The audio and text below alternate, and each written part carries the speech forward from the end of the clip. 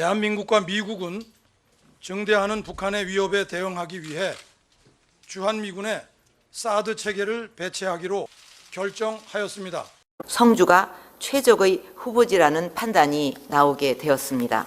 정부가 주한미군의 고고도 미사일 방어체계 사드를 성주 골프장에 배치하기로 최종 확정했습니다. 국방부가 79일 만에 사드 배치 장소를 뒤집었습니다. 그 결과 석 달도 안 돼 사드 배치 장소는 성산포대에서 성주군 초전면에 위치한 롯데 골프장으로 변경됐습니다. 하지만 사드 부지 변경에 대한 국방부의 공식 발표조차 하지 못하는 정부를 신뢰할 수 없다는 얘기가 당연히 나옵니다. 이런 식의 일을 하면은 국민한테 신뢰를 전혀 줄 수가 없죠. 네, 이렇게 사드 포대의 예정지가 김천시와 인접한 성주 골프장으로 확정되자 이번에는 김천 시민들이 거세게 반발했습니다. 김천 시민들은 시청에 모여 정부의 일방적인 결정을 용납할 수 없다며 사드 배치를 반드시 막겠다고 밝혔습니다. 한반도 어디에도 사드의 최적지는 없습니다. 사드가 고향으로 돌아가는 그날까지 싸우겠습니다. 성주 사드 배치 철회투쟁위원회와 국민 100여 명도 성주군청 앞에 모여 한반도 어디에도 사드 배치는 안 된다며 목소리를 높였습니다. 국방부는 북한 핵과 미사일 위협을 감안해 내년 중에 사드가 배치되도록 하겠다고 밝혔습니다.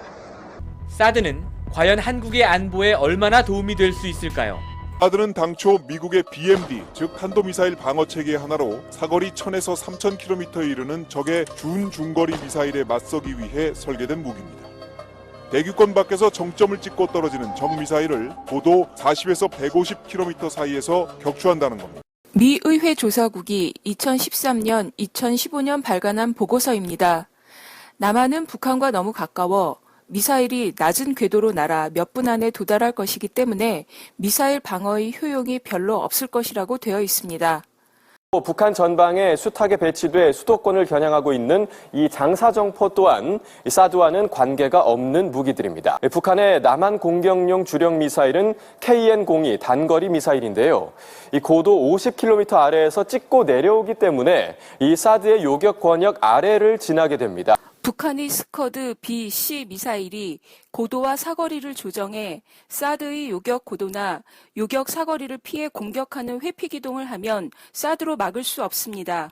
그러자 국방부는 북한이 노동미사일로 남한을 공격할 수 있다면서 사드 배치가 필요하다는데 북한 노동미사일의 최대 사거리는 1300km. 이 미사일은 오키나와에 있는 주일 미군 기지를 사정권에 두기 위해 개발된 것이라는 게 지금까지 정설이었습니다. 전문가들은 북한이 노동미사일을 정상각이 아닌 고각 혹은 저각으로 쏘며 사드의 방어 범위를 피해 우리나라를 타격할 수 있는 방법을 시험했을 것이라 분석합니다. 국방부 자문위원인 항공대 장영근 교수팀이 고각 발사할 경우 최고 고도는 462km, 성주 상공을 지날 때 고도는 195km로 나타났습니다. 사드의 최고 요격 고도는 150km 정도여서 노동미사일을 요격할 수 없습니다. 사드는 정확성도 문제입니다. 수십 년간 미국의 미사일 방어 체계를 연구한 전문가들의 분석입니다. 사드의 요격 대상인 북한의 스커드 미사일, 노동 미사일은 모두 높은 고도에서는 빙글빙글 떨어지는 현상이 일어납니다. 낮은 고도에서는 공기 압력 때문에 나선형으로 낙하하는 현상도 생깁니다. 모두 사드의 정확한 요격을 방해하는 요소입니다. 미국의 저명한 핵 미사일 전문가인 MIT 공대 시어도어 포스톨 명예교수가 이번 북한의 장거리 로켓은 상공에서 탄도와 로켓 몸체가 조각 나도록 진화해 사드로는 요격 가능성이 낮다고 잘라 말했습니다. 북한이 탄도미사일을 조각으로 분해할 기술력을 갖추고 있다는 것은 이번 로켓 발사로 입증됐습니다. 사드 요격기는 이 조각들과 실제 탄두를 분간해낼 수 없을 것입니다. 그러면서 한국의 방공망 구축에 사드 기술은 전혀 도움이 안 될 것이라고 강조했습니다.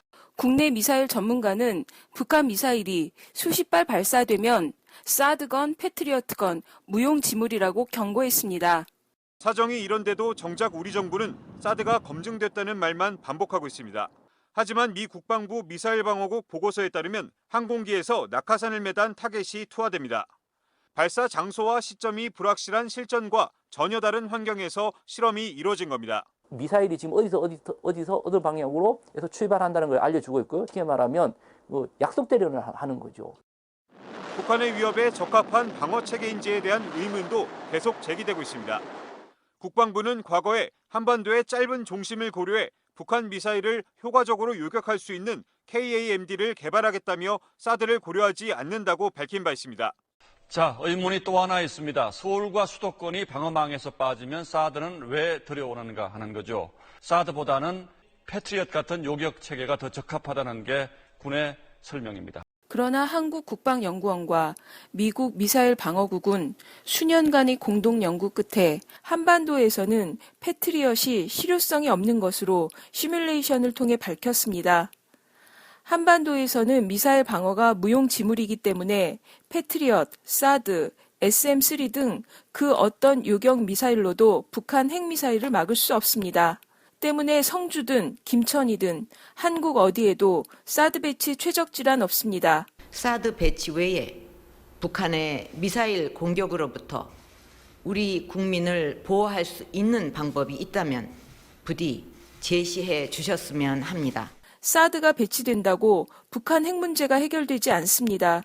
워싱턴 조야에서 북한과의 대화론이 잇따라 제기되고 있습니다. 미 정책연구기관인 우드로 윌슨 센터입니다. 워싱턴 포스트 기고에서 미국이 북한의 핵과 미사일 실험 동결을 목표로 직접 대화에 나서야 한다고 제언했습니다. 앞서 뉴욕타임스도 제재에 한계가 있는 만큼 북한과의 협상이 필요하다고 지적했습니다. 캐리 장관은 현지 시간으로 18일 뉴욕에서 열린 한미일 외교장관 회담에서 북한은 비핵화 대화에 임해야 한다며 시급히 필요한 건 핵을 동결하는 것이라고 말했습니다. 중국의 왕이 외교부장은 중국은 한반도 비핵화를 실현하는 것과 정전협정을 평화협정으로 전환하는 것을 병행해 추진하는 협상 방식을 제안한다고 말했습니다. Actually, ultimately, have a peace agreement with the United States of America. 대안은 대화, 외교, 평화적 해결입니다. 한반도 비핵화와 평화협정 동시 추진을 위한 대화를 재개해야 합니다. 120년 전 조선은 청일전쟁을 거치며 열강의 각축장으로 전락했고 결국 주권을 잃고 말았습니다. 박근혜 정부는 사드 한국 배치를 결정하며 미중 사이의 균형 대신 미국의 중국 봉쇄에 편승하는 선택을 했습니다. 미국이라는 강대국에 의존하며 우리의 생존 결정권을 넘긴 셈입니다. 왜 미국, 일본을 위해 우리 안보, 국익을 희생해야 합니까? 사드는 성주, 김천만의 문제가 아닙니다. 더 늦기 전에 온 국민이 나서서 평화, 안보, 주민 생존 해치는 사드 배치 막아냅시다.